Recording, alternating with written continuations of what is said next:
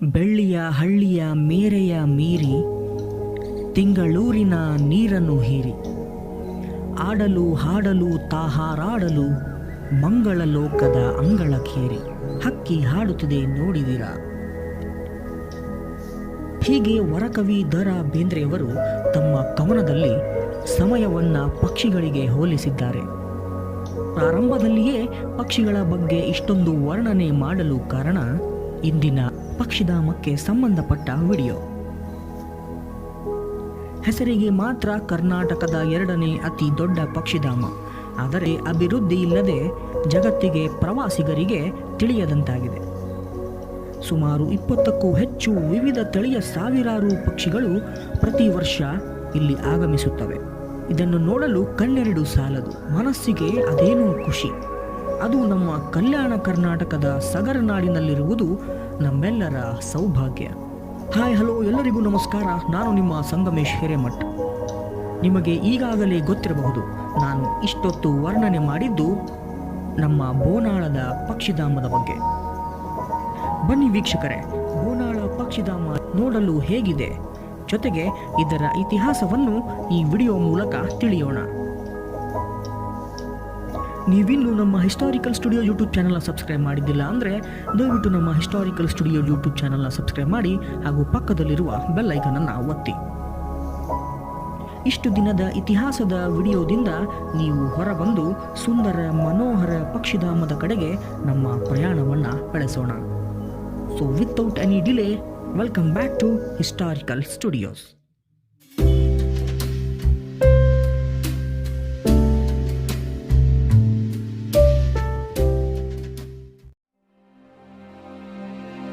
ಯಾದಗಿರಿ ಜಿಲ್ಲೆಯ ಸುರಪುರ ತಾಲೂಕಿನಲ್ಲಿ ಈ ಬೋನಾಳ ಪಕ್ಷಿಧಾಮವಿದೆ.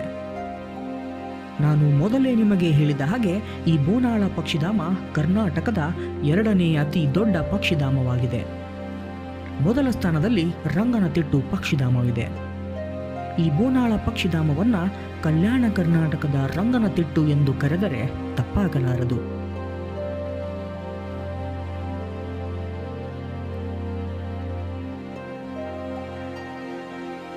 ಶಕ 16ನೇ ಶತಮಾನದ ಆದಿಲ್ ಶಾಹಿಗಳ ಕಾಲದಲ್ಲಿ ಕಟ್ಟಿಸಿದ್ದ ಬೋನಾಳ ಕೆರೆಯನ್ನ ಸುರಪುರ ಸಂಸ್ಥಾನದ ಅರಸ ಹರಸಂಗಿ ಪಾಮನಾಯಕರು ತಮ್ಮ ಅಧಿಕಾರಾವಧಿಯಲ್ಲಿ ವಿಸ್ತರಿಸಿ ನವೀಕರಣಗೊಳಿಸುತ್ತಾರೆಂದು ಕೆಲ ಐತಿಹಾಸಿಕ ಪುಸ್ತಕಗಳಿಂದ ನಮಗೆ ತಿಳಿದುಬರುತ್ತದೆ.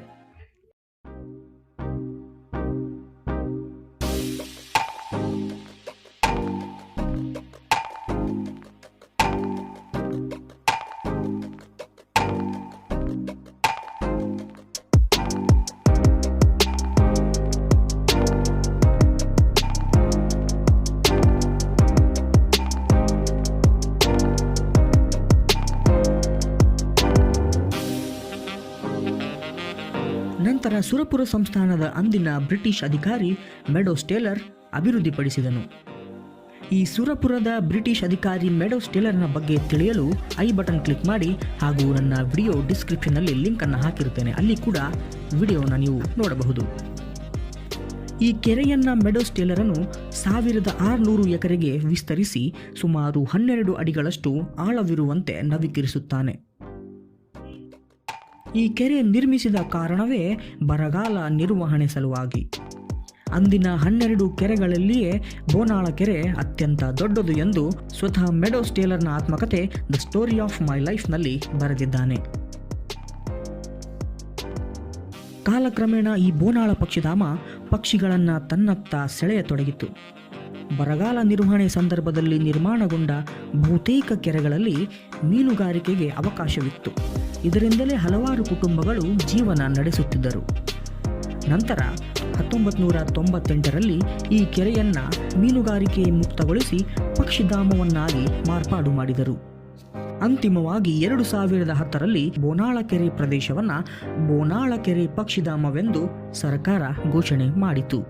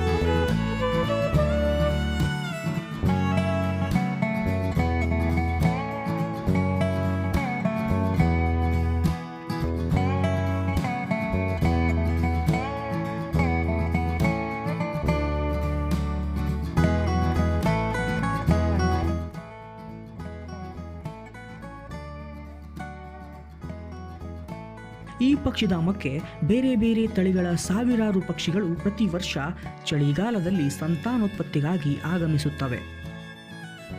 ಇಲ್ಲಿ ಭೇಟಿ ನೀಡುವ ವಿದೇಶಿ ಪಕ್ಷಿಗಳು ಯಾವುವೆಂದರೆ ಫ್ಲೆಮಿಂಗೋ,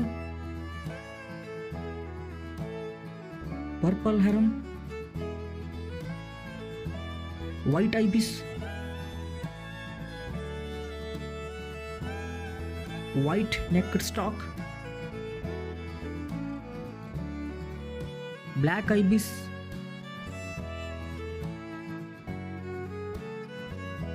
ಬ್ರಾಹ್ಮಿನಿ ಡಕ್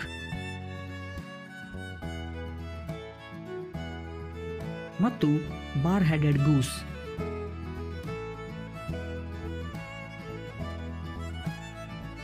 ಇನ್ನು ಹಲವಾರು ಪಕ್ಷಿಗಳಿಗೆ ಈ ಬೋನಾಳ ಪಕ್ಷಿಧಾಮ ಆಶ್ರಯವನ್ನ ನೀಡಿದೆ. ಕೆಲ ವರ್ಷಗಳ ಹಿಂದೆ ಸರ್ಕಾರ ಇಲ್ಲಿ ವೀಕ್ಷಣಾ ಗೋಪುರ, ಉದ್ಯಾನವನ, ವಿಶ್ರಾಂತಿ ಸ್ಥಳ, ಕಿರು ಜಲ ವಿದ್ಯುತ್ ಘಟಕ ಹಾಗೂ ಕೆರೆಯಲ್ಲಿ ಪಕ್ಷಿಗಳಿಗೆ ವಿಶ್ರಮಿಸಲು ಹಕ್ಕಿ ತಂಗುದಾಣುಗಳನ್ನು ನಿರ್ಮಿಸಿದೆ. ಈ ಸ್ಥಳ ಒಂದು ದಿನದ ಪಿಕ್ನಿಕ್ಗೆ, ಪಕ್ಷಿ ಪ್ರೇಮಿಗಳಿಗೆ ಹಾಗೂ ಪಕ್ಷಿಗಳ ಫೋಟೋವನ್ನು ಕ್ಯಾಮರಾದಲ್ಲಿ ಸೆರೆ ಹಿಡಿಯಲು, ವಿಶ್ರಾಂತಿ ಪಡೆಯಲು ಹೇಳಿ ಮಾಡಿಸಿದ ಜಾಗವಾಗಿದೆ. ಈ ಬೋನಾಳ ಪಕ್ಷಿಧಾಮ ರಂಗನತಿಟ್ಟು ಪಕ್ಷಿಧಾಮದ ಹಾಗೆ ಅಭಿವೃದ್ಧಿ ಹೊಂದಿದರೆ ನಮ್ಮ ಕಲ್ಯಾಣ ಕರ್ನಾಟಕ ಇನ್ನಷ್ಟು ಪ್ರಸಿದ್ಧಿ ಹೊಂದಿ ಪ್ರವಾಸೋದ್ಯಮ ಇನ್ನಷ್ಟು ಬೆಳೆಯುತ್ತದೆ. ಪ್ರವಾಸಿಗರ ಆಗಮನವೂ ಕೂಡ ಹೆಚ್ಚಾಗುತ್ತದೆ. ದೂರಿನಿಂದ ಬಂದ ಪ್ರವಾಸಿಗರಿಗೆ ಊಟೋಪಚಾರಗಳ ಸೌಲಭ್ಯ, ಬೋಟಿಂಗ್ ಸೌಲಭ್ಯ ಪೂರ್ತಿಯಾಗಿ ನವೀಕರಿಸಿ ಅಭಿವೃದ್ಧಿಯಾದರೆ ನಮ್ಮ ಬೋನಾಳ ಪಕ್ಷಿಧಾಮ ಒಂದು ರೆಸಾರ್ಟ್ ರೀತಿ ಅನುಭವ ಕೊಡುತ್ತದೆ. ಭವಿಷ್ಯದಲ್ಲಿ ಇದರ ಅಭಿವೃದ್ಧಿಯಾಗುತ್ತದೆ ಎಂದು ನಾನು ಕೂಡ ಭಾವಿಸಿದ್ದೇನೆ. ಇಂತಹ ಪಕ್ಷಿಧಾಮ ನಮ್ಮ ಸಗರನಾಡಿನಲ್ಲಿರುವುದು ನಮ್ಮೆಲ್ಲರ ಭಾಗ್ಯ. ನಮ್ಮ ಸಗರನಾಡಿನ ಹಲವಾರು ಐತಿಹಾಸಿಕ ಪ್ರದೇಶಗಳ ವಿಡಿಯೋಗಳನ್ನು ನಾನು ಈಗಾಗಲೇ ಮಾಡಿದ್ದೇನೆ. ಅದನ್ನು ನೀವು ನನ್ನ ಹಿಸ್ಟಾರಿಕಲ್ ಸ್ಟುಡಿಯೋಸ್ ಯೂಟ್ಯೂಬ್ ಚಾನಲ್ನಲ್ಲಿ ಹೋಗಿ ಸಗರನಾಡಿನ ಐತಿಹಾಸಿಕ ಸ್ಥಳಗಳ ಪ್ಲೇಲಿಸ್ಟನ್ನು ಓಪನ್ ಮಾಡಿ ನೋಡಬಹುದು.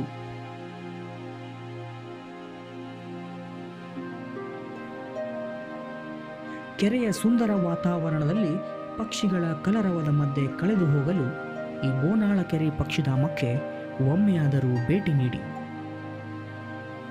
ಇದಿಷ್ಟು ಈ ಬೋನಾಳ ಕೆರೆ ಪಕ್ಷಿಧಾಮದ ವಿಡಿಯೋ ಆಗಿತ್ತು. ಈ ವಿಡಿಯೋ ನಿಮಗೆ ಇಷ್ಟವಾಗಿದ್ದರೆ ಲೈಕ್, ಶೇರ್ ಮತ್ತು ನಿಮ್ಮ ಅನಿಸಿಕೆಗಳನ್ನು ಕಮೆಂಟ್ಸ್ನಲ್ಲಿ ತಿಳಿಸಿ. ಜೊತೆಗೆ ನಮ್ಮ ಹಿಸ್ಟಾರಿಕಲ್ ಸ್ಟುಡಿಯೋ ಯೂಟ್ಯೂಬ್ ಚಾನಲ್ನ ಸಬ್ಸ್ಕ್ರೈಬ್ ಮಾಡಿ ಹಾಗೂ ಪಕ್ಕದಲ್ಲಿರುವ ಬೆಲ್ ಐಕನನ್ನು ಒತ್ತಿ. ಇದೇ ರೀತಿ ಮತ್ತೊಂದು ಸುಂದರವಾದ ಐತಿಹಾಸಿಕ ಸ್ಥಳಗಳ ಮರೆತ ಇತಿಹಾಸವನ್ನು ತಿಳಿಸಲು ಮತ್ತೊಂದು ವಿಡಿಯೋ ಮೂಲಕ ಬರುತ್ತೇನೆ. ಅಲ್ಲಿಯವರೆಗೂ ನೋಡ್ತಾ ಇರಿ historical studios YouTube channel. Have a nice day. ಧನ್ಯವಾದಗಳು.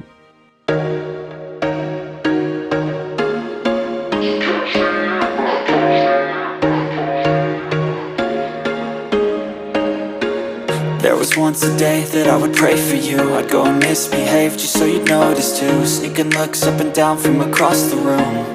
And damn, what a hell of a view. I feel good, you look great, I like you, I can't wait. A first time, a first date. You're so fine, I'm so late. You sip wine, I drink straight. Don't